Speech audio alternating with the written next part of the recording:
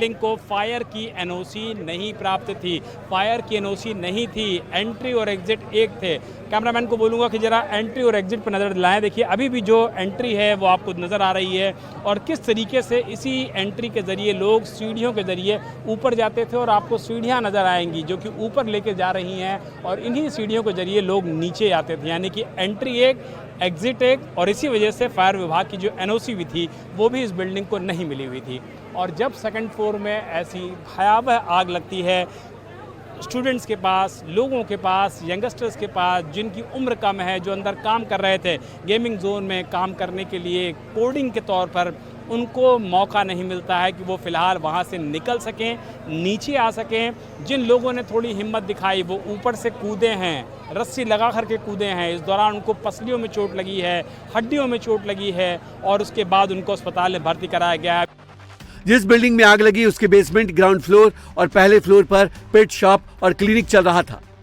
दूसरे फ्लोर पर learning space नाम की लाइब्रेरी और कोचिंग सेंटर के साथ हेड हॉपर स्टूडियो चलता था, जहां 3D आर्ट प्रोडक्शन, एनिमेशन और गेम एसेट आउटसोर्सिंग का काम किया जाता था। शुरुआती जांच में लखनऊ विकास प्राधिकरण के अफसरों की लापरवाही भी सामने आई है, क्योंकि बिल्डिंग रिहायशी थी, लेकिन 2014 से इसका कॉमर्शियल इस्तेमाल हो रहा था और एलडीए 2022 से कॉमर्शियल टैक्स वसूल रहा था। एसआईटी अब एलडीए के अफसरों की भूमिका की भी जांच करेगी। जो बातें बाकायदा एफिडेविट के तौर पर लिख करके लखनऊ विकास प्राधिकरण यानी कि एलडीए को दी गई थी कि मानचित्र के अनुरूप ही सारा कंस्ट्रक्शन होगा, मानचित्र के विपरीत कुछ भी नहीं होगा। तो ऐसे में सवाल ये उठता है कि अगर मानचित्र के अनुरूप कंस्ट्रक्शन हो रहा था तो इस तरीके की जो खामियां यहाँ पर सामने आई वो भले ना होती, रास्ता संकरा ना होता, एग्जिट और एंट्री के रास्ते अलग होते, अंदर इस तरीके के इंतजाम होते कि कम से कम फायर सेफ्टी के जो बेसिक इंतजाम होते हैं वो शायद यहाँ पर होते। और इसी वजह से इस पूरे मामले में जो घटनाक्रम हुआ है, शायद ये लगता है कि अगर अधिकारियों ने समय रहते इस पूरे बिल्डिंग की न सिर्फ इंस्पेक्शन कर ली होती, मालिक से पूछताछ कर ली होती, मौके पर आकर के भ्रमण कर लिया होता। 3 जून के बाद जो पूरे प्रदेश में ड्राइव चली, जिसमें लखनऊ में भी ड्राइव चलाई गई थी, अगर यहाँ पर फायर विभाग के अधिकारी आकर के इस तरीके के ड्राइव को इंश्योर करते तो शायद इस तरीके के हादसे को रोका जा सकता था। अब एसआईटी के सामने चुनौती इसी बात की है कि क्या फायर विभाग के अधिकारी यहाँ पर आए थे, क्या लखनऊ विकास प्राधिकरण के जो जेईई के पास ये जिम्मेदारी होती है कि ऐसे सभी प्रतिष्ठानों पर पहुँचे, ऐसी सभी कमर्शियल बिल्डिंग से पहुँचे जहाँ पर इस तरीके की जो कमर्शियल गतिविधियां हैं वो संचालित की जा रही हैं। तो अगर ये सारी चीज़ें अधिकारियों की तरफ से हुई होती तो निश्चित तौर पर इतना बड़ा हादसा सामने ना आता। वहीं इस मामले पर लखनऊ विकास प्राधिकरण ने भी जांच शुरू कर दी है। एलडीए के उपाध्यक्ष प्रथमेश कुमार ने घटना की जांच के लिए 5 मेंबर की एक कमेटी बनाई है। इस कमेटी में अपर सचिव Gyanendra Verma, chief town planner K Gautam, chief engineer LDA Manvendra Singh, बिजली विभाग के प्रमुख मनोज सागर और ओएसडी रविनंदन सिंह को शामिल किया गया है। कमेटी इस पूरे मामले में एलडीए के अफसरों की भूमिका की जांच करेगी। बताया जा रहा है कि बिल्डिंग का मालिक वीरेंद्र शुक्ला है। वो सीतापुर रोड पर गोविंदपुरम में Rameswaram institute of technology and management college का मालिक है। बिल्डिंग का आवासीय नक्शा वीरेंद्र शुक्ला, धीरेन्द्र शुक्ला और सुरेंद्र शुक्ला के नाम से पास हुआ था। 2013 में बिल्डिंग खरीदने के बाद 2014 में वीरेंद्र शुक्ला ने इसे कॉमर्शियल बना दिया था। अग्निकांड के बाद अब भवन से जुड़े पुराने दस्तावेज और प्राधिकरण की कार्रवाई गंभीर सवालों के घेरे में है। बताया जा रहा है कि मई 2016 में एलडीए बिल्डिंग को ध्वस्त करने का आदेश दिया था, जिसका बिल्डिंग के मालिक वीरेंद्र शुक्ला ने विरोध किया और फिर एलडीए को लिखित में दिया गया कि वो नक्शे के मुताबिक निर्माण करेगा, जिसके बाद 5 जुलाई 2016 को ध्वस्तीकरण का आदेश रद्द कर दिया गया था।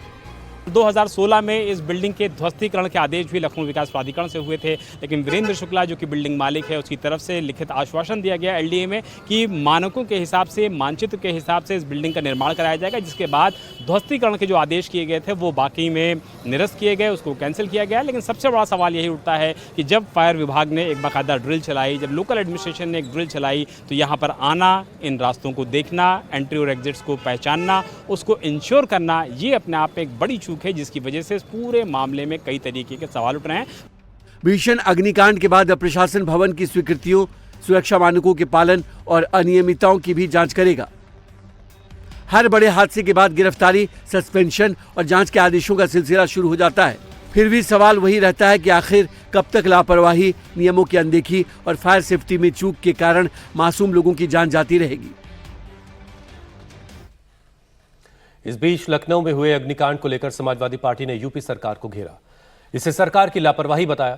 एसपी नेता रविदास मेहरोत्रा ने इसे सरकार और प्रशासन की लापरवाही का नतीजा बताते हुए मरने वाले बच्चों के परिवारों के लिए 1 करोड़ रुपए मुआवजे की मांग की। साथ ही उनके परिवार से एक शख्स को नौकरी देने की मांग भी की गई है। रविदास मेहरोत्रा ने कहा कि इस हादसे के लिए जिम्मेदार लोगों के खिलाफ कड़ी से कड़ी कार्रवाई की जानी चाहिए। यहाँ पर लखनऊ में अलीगंज में बहुत भीषण आग लगी, जिससे जो है 15 युवाओं की मौत हो गई है और कई लोग बहुत गंभीर रूप से घायल हैं। ये केवल दर्दनाक हादसा ही नहीं है, ये सरकार और प्रशासन की लापरवाही का परिणाम है, जिसके कारण से 15 छात्र और युवकों की मौत हुई है। यहाँ पर आवासीय क्षेत्र है, लेकिन लखनऊ विकास प्राधिकरण ने और सरकार ने पैसा लेकर के यहाँ कमर्शियल काम शुरू करा दिया है और उसके बाद देखा नहीं कि इस बिल्डिंग में आग लगने के बाद उसको बुझाने का कोई सिस्टम लगा है कि नहीं। ये सरकार की प्रशासन की घोर लापरवाही थी, जिसके कारण से ये दर्दनाक जो है हादसा हो गया है। यहाँ पर जो है वो 15 लोगों की मौत हो गई है। हमारी मांग है कि जिन लोगों की मौत हुई है उनके परिवार में के लोगों को 1 करोड़ रुपया आर्थिक मुआवजा दिया जाए, उनके परिवार में किसी एक व्यक्ति को सरकारी नौकरी दी जाए और जो लोग घायल हैं उनको 50 लाख रुपया सरकार तत्काल मुआवजा देने का काम करे। आज जो मुआवजा सरकार ने दिया है वो बहुत कम है। यहाँ पर बहुत माँओं ने अपने बेटे को यहाँ पढ़ने भेजा था और बच्चे पढ़ने आए थे, भविष्य को बनाने के लिए आज उनकी जान चली गई है। ये सरकार लगातार युवाओं के भविष्य के साथ खिलवाड़ करने का काम कर रही है और अब उनकी जान लेने का भी काम कर रही है। इसलिए इसकी जांच हो और ये तय हो कि इस घटना के लिए कौन जिम्मेदार है, उसके खिलाफ कड़ी से कड़ी कार्रवाई हो और उसको गिरफ्तार होकर के जेल जा। लखनऊ में हुए दर्दनाक अग्निकांड के बाद अब अलग अलग शहरों के प्रशासन जाग रहे हैं। कानपुर प्रशासन जागा है। केडीए की बड़ी कार्रवाई देखने को मिली। देर रात प्रशासन ने अवैध कोचिंग सेंटर्स और कई अलग अलग प्रतिष्ठानों पर कार्रवाई की, जिसके तहत कई दुकानों और संस्थानों को सील किया गया। जानकारी के मुताबिक कानपुर विकास प्राधिकरण ने अवैध रूप से चल रहे कोचिंग इंस्टीट्यूट्स और प्रतिष्ठानों के खिलाफ कानूनी कार्रवाई शुरू कर दी है, जिसके तहत अब तक 16 संस्थान सील किए जा चुके हैं। पटना फायरिंग मामले के बाद एक बार फिर से खान सर की मुश्किलें बढ़ सकती हैं। दरअसल पटना के मुसल्लापुर स्थित खान ग्लोबल स्टडीज में फायर डिपार्टमेंट ने दूसरी बार फायर सेफ्टी की जांच की, जिसमें फायर ब्रिगेड की टीम को कई कमियां मिली हैं। हालांकि 7 जून को मिली कमियों के बाद संस्थान ने कुछ सुधार किए, लेकिन विभाग ने उन्हें कम बताया। डिपार्टमेंट की ओर से कहा गया है कि कोचिंग सेंटर में फायर स्टेयर का निर्माण अधूरा है, जबकि स्प्रिंकलर और डिटेक्टर सिस्टम भी पूरी तरीके से ऑटोमेटिक नहीं है। इसके लिए विभाग ने 10 दिन का समय भी दिया है। साथ ही चेतावनी भी दी गई है कि मानक पूरे नहीं होने पर नियम अनुसार कार्रवाई की जाएगी।